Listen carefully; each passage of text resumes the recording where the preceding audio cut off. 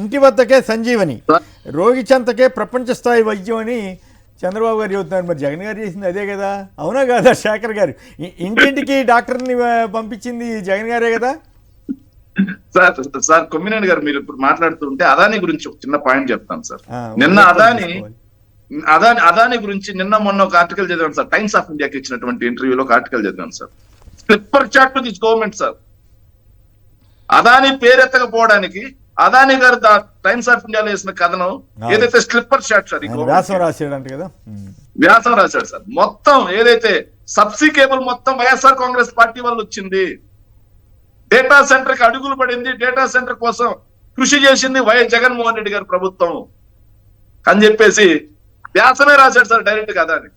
అది slipper shot. ఏదైనా ప్రజల నుంచి ఏదైనా మంచి స్పందన వచ్చింది అనుకోండి, అది వాళ్ళ ఖాతా సార్. ప్రజల్లో ఏదైనా వ్యతిరేకత వచ్చింది అనుకోండి, అది జగన్మోహన్ రెడ్డి గారి ఖాతాలు వేస్తారు సార్. సో ఇంకోటి, ఇది ఫ్యామిలీ డాక్టర్ కాన్సెప్ట్ ఎవరిది సార్? అవును, ఫ్యామిలీ డాక్టర్ కాన్సెప్ట్ తీసుకొచ్చింది వైఎస్ఆర్ కాంగ్రెస్ పార్టీ.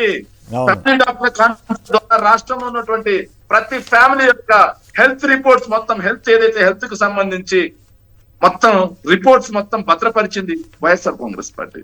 ఈ రోజు వచ్చి ఇంటి వద్దకే వైద్యం. ఇది ఎట్లా ఉందంట సార్, అమ్మఒడి పథకం నారా లోకేష్ యొక్క బ్రెయిన్ చైల్డ్ అన్నట్టుంది సార్. ఇది రైట్. సంజీవని దాన్ని సరిగా కంటిన్యూ చేయట్లేదని నిన్న ఎక్కడ చూశాను, ఏదో ఆ డాక్టర్లు అందరూ ఇబ్బంది పడుతున్నారని కదా. యాక్చువల్గా మనం విలేజ్ హెల్త్ క్లినిక్స్ అని వైఎస్ఆర్సీపీ హయాంలో వచ్చినాయి సార్. ప్రెసెంట్ లాస్ట్ 7 monthsగా అందులో కమిషన్లు కూడా వాళ్ళకి అందట్లేదు. అండ్ అంటే వాళ్ళకి శాలరీస్ కాదు సార్, కొంత కమిషన్ పర్పస్ కూడా ఉండే కొన్ని, వాళ్ళకి అవి అందట్లేదు. ప్లస్ ఒకవేళ రెంటెడ్ భవనాల్లో నడుపుతున్నారు అనుకోండి, ఆ రెంట్లు కానివ్వండి, చివరి కరెంటు బిల్లులు కూడా వాళ్లే కట్టుకొని నడుపుకోవాల్సిన దుస్థితిలో ఉంది.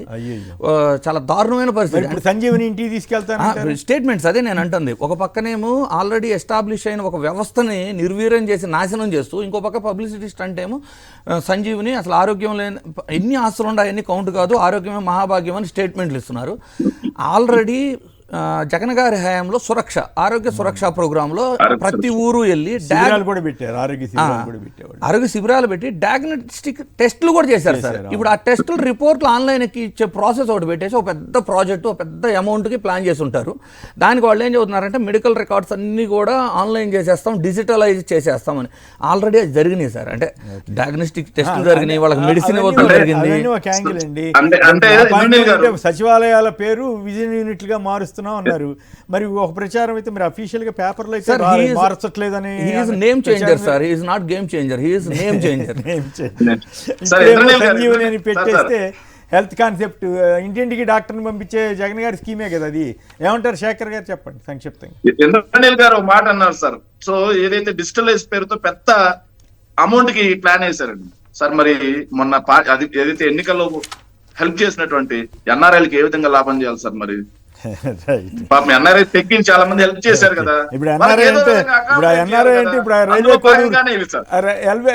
వాళ్ళకి ఏం హెల్ప్ చేయటం, ఈ రైల్వే కోడూరు పాపం టికెట్ కోసం 7 కోట్లు ఇచ్చానని చెప్పి డబ్బులు పోయే. ఇప్పుడు పోలీసులకి ఏం సంబంధం? వాళ్ళు బెదిరించడం ఏంటి, వాళ్ళని ఇబ్బంది పెట్టడం ఏంటి? అసలు ఈ ఆంధ్రప్రదేశ్లో పోలీస్ వ్యవస్థ ఎట్లా ఎందుకు తయారవుతుంది? ఒకప్పుడు మంచి పేరున్నటువంటి వ్యవస్థ. అలాగే తప్పంతా కొలికిపూడిదేనంట. 5 కోట్లు ఇచ్చాను ముర్రో అని అన్నది తప్పేనంట, 7 కోట్లు ఇచ్చారని చెప్పి లబోదిబో అంటున్న సుధా మాధవిది తప్పేనంట.